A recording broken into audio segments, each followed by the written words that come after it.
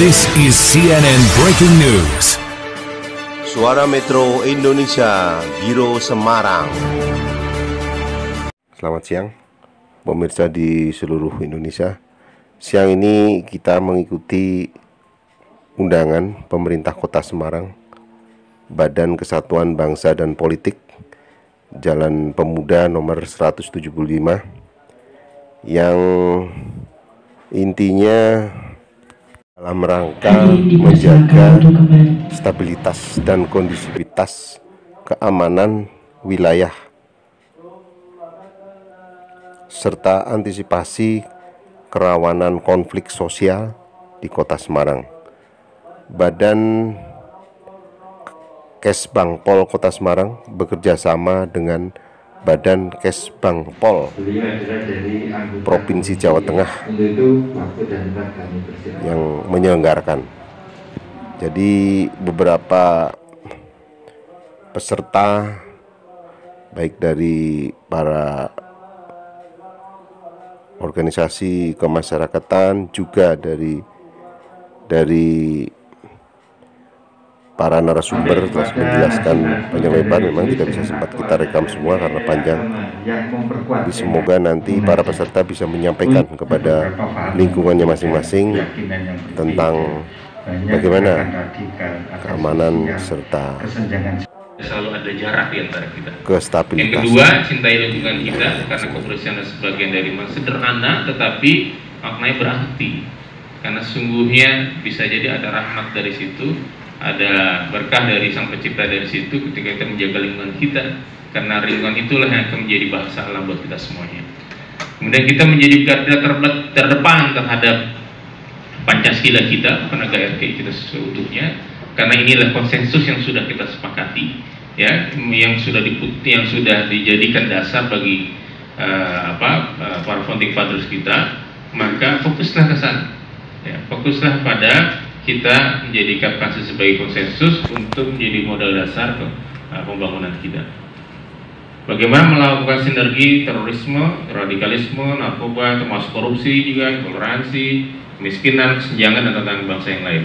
Ya, kita siapkan program-program itu di masing-masing organisasi kita dan melakukan usaha dari diri kita, dari keluarga kita, dari organisasi kita untuk membangun karya yang nyata dan menjadikan ilmu amal untuk agama, bangsa, dan negara. Terima kasih. Bila terpilih, Assalamualaikum warahmatullahi wabarakatuh. Kita berharap saling sinergi di poin D, ya. Kita melakukan sinergi antar organisasi agar kemudian mewujudkan kedamaian, mewujudkan saling tenggang rasa, mewujudkan saling toleransi, ya, mewujudkan kehidupan bernegara sesuai dengan konstitusi, sesuai dengan peraturan, ya. Karena kita berada di negeri ini karena atas dasar kesepahaman, atas dasar konsensus.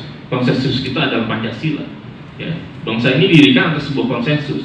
Kalau kita tidak ada konsensus, ya berarti ya sudah, kita nggak usah buat sebuah negara. Nah, oleh karena itu bagi siapapun di kita, semua warga negara punya tanggung jawab menghormati, melaksanakan, bertindak sesuai dengan konsensus yang sudah ada. Lanjut. Kita semua tidak sepakat masalah itu, ya. Indonesia karena mayoritas Muslim memang banyak kasus-kasus, ya. Beberapa kasus terakhir bom di Makassar, kemudian Polda, itu sangat tidak kita inginkan. Itu meresahkan kehidupan kita bernegara, berbangsa, dan bernegara kita. Sebagaimana kita juga dengar misalnya di Selandia Baru sampai sekian orang ditembak mati oleh seorang anak muda, ya, yang kasus terjadi. Ini yang pertama, Bapak Ibu sekalian, rekan para sahabat, bahwa memang salah satu tantangan kebangsaan kita itu persoalan ekonomi, persoalan waktu yang sangat terbatas ini bisa kita lanjuti dengan komunikasi bagaimana membangun bangsa ini lebih baik ke depan. Temanya sangat romantis, cinta, agama, toleransi, Indonesia. Next. Tapi selanjutnya bicara tentang radikalisme dan terorisme. Udah langsung romantis, langsung agak keras gitu. Globalisasi mau tidak mau kemudian bisa mendegradasi banyak hal, diantaranya adalah mereduksi tentang budaya. Kita tahu sekarang ini era globalisasi membuat budaya dari manapun bisa kita dengan mudahnya kita akses. Misalnya hari ini ada konser, kalau pandemi nggak ada konser ya, ada pertunjukan apa gitu di negara lain saat ini juga bisa kita nikmati. Dan ini dalam tanda kutip mengkhawatirkan apalagi untuk anak-anak atau generasi muda kita. Nah, merawat, menjaga budaya ini menjadi kewajiban kita bersama. Saya lihat pemerintah daerah sudah lumayan perhatiannya, mulai dari yang diwajibkan tadi, jadi kesadaran karena kepatuhan, misalnya di hari Kamis itu ada untuk ASN pakai baju adat Jawa, kemudian dalam komunikasi juga pakai bahasa Jawa. Ini sudah cukup lumayan gitu. Dan ini tentu menjadi tugas kita bagaimana merawat, menjaga kebudayaan itu sendiri. Jangan sampai 20 tahun, 30 tahun atau 50 tahun lagi anak-anak kita tuh nggak paham namanya gamelan dan sebagainya. Sementara orang-orang dari luar negeri, saya contohkan salah satunya orang-orang Belanda itu paling suka gamelan. Jangan sampai anak-anak kita tuh belajar gamelan. Publik ini penting karena ini nanti akan menjadikan komunikasi dua peradaban demokrasi modern.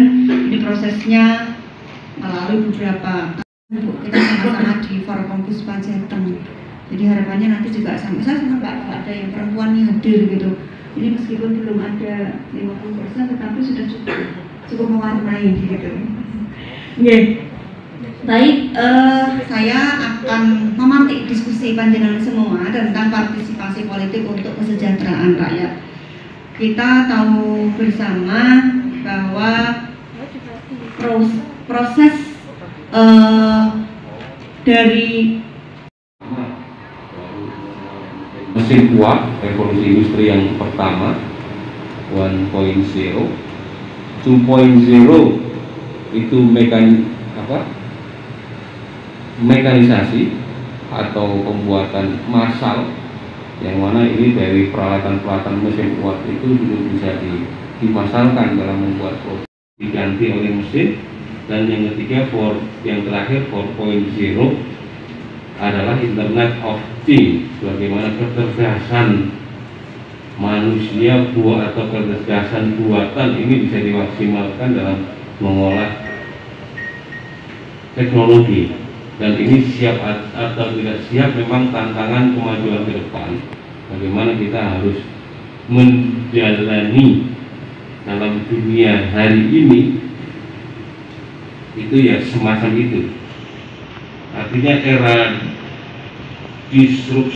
Misalnya bagaimana dulu surat, ketika mengirim surat cinta itu kadang berapa hari harus baru sampai dan dibaca, balasnya nanti seminggu kemudian baru datang. Itu zaman dahulunya. Dan polanya juga masih menulis surat. Kadang surat lembaran satu nggak jadi, dikemas-kemas dibuang, terus nanti nulis lagi kata-katanya, dibuang lagi, dan seterusnya. Kalau sekarang enggak, mau ngomong saja juga ada yang bisa ngetik sendiri lewat HP, atau ngetik saja langsung dikirim juga bisa, dan seterusnya. Ya itu kan pos terancam yang muncul baru yang dulu itu belum ada. Ya masih sedikit lah, YouTuber, gamer dan lain sebagainya. Gamer itu kalau dulu kita, anak-anak kita ngegame atau zaman saya ngegame pasti tambelin gitu. Dulanannya PS-an, bolos sekolah kayak begitu. Apalagi YouTuber yang ya agak mini lah. TikTok pada zaman awalnya ketika orang joget-joget di depan layar. Dasar 1945, yang ketiga adalah Bhinneka Tunggal Ika, dan yang keempat adalah NKRI. Ada beberapa yang harus kami catat dan nanti akan kita diskusikan. Ancaman negara kita itu tidak sekedar perang, tapi ada beberapa yang sudah disampaikan oleh Mas Agung maupun Pak Abdul Hamid tadi. Juga ada beberapa yang disampaikan oleh Bu In. Ya, ada intervensi dari negara lain, tapi ada beberapa bentuknya ekonomi yang berketimbangan dan sebagainya. Baru terdata dari Bapak dan Ibu yang saya hormati, generasi muda kita yang tidak suka dunia pertanian lama-lama ini akan terancam berkurang.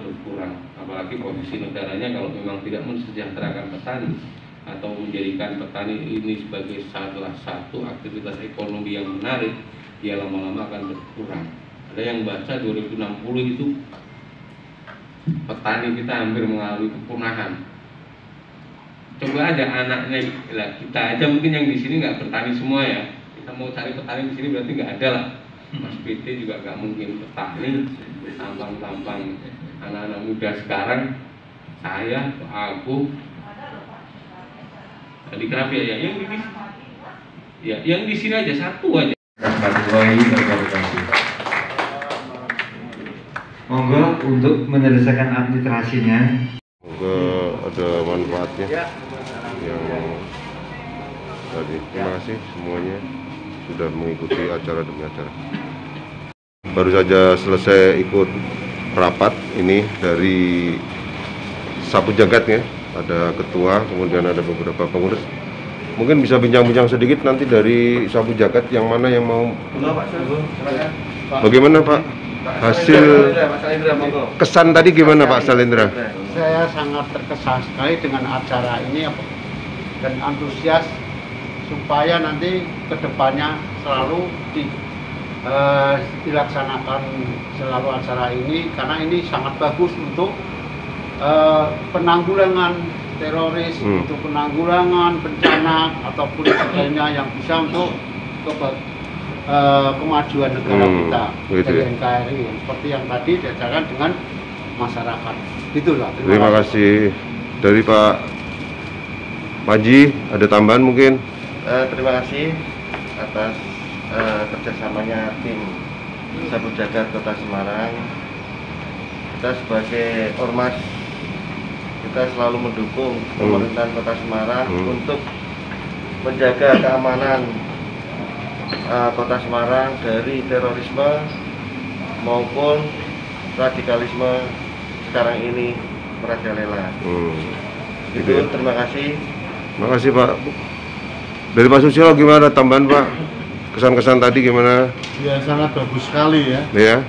Jadi acara dari Kesbangpol ini yang meminta kita bukan dari aparatur pemerintahan saja, tetapi juga dari lembaga-lembaga yang ikut serta mensosialisasikan ke masyarakat ya tentang radikalisme, tentang terorisme, tentang hal-hal yang lainnya berkaitan dengan yang sifatnya merugikan rakyat, dari korupsi dan lain sebagainya,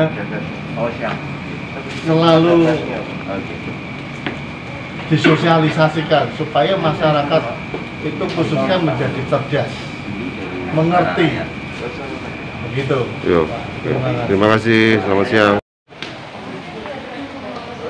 Pemirsa, baru saja kita selesai ikut rapat di Kesbangpol. Kita provinsi nih Pak Soe. Kita ikut provinsi tadi, ada beberapa narasumber yang sudah menjelaskan. Kemudian ada dewannya juga. Nanti rekaman-rekamannya nanti akan kita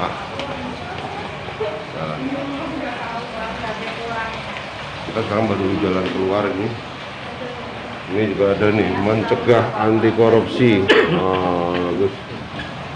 Ini informasi.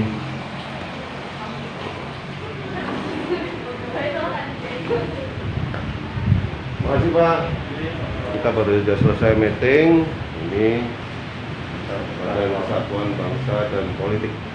Mudah-mudahan bermanfaat. Acara tadi kita akan sebarluaskan ke masyarakat di seluruh dunia.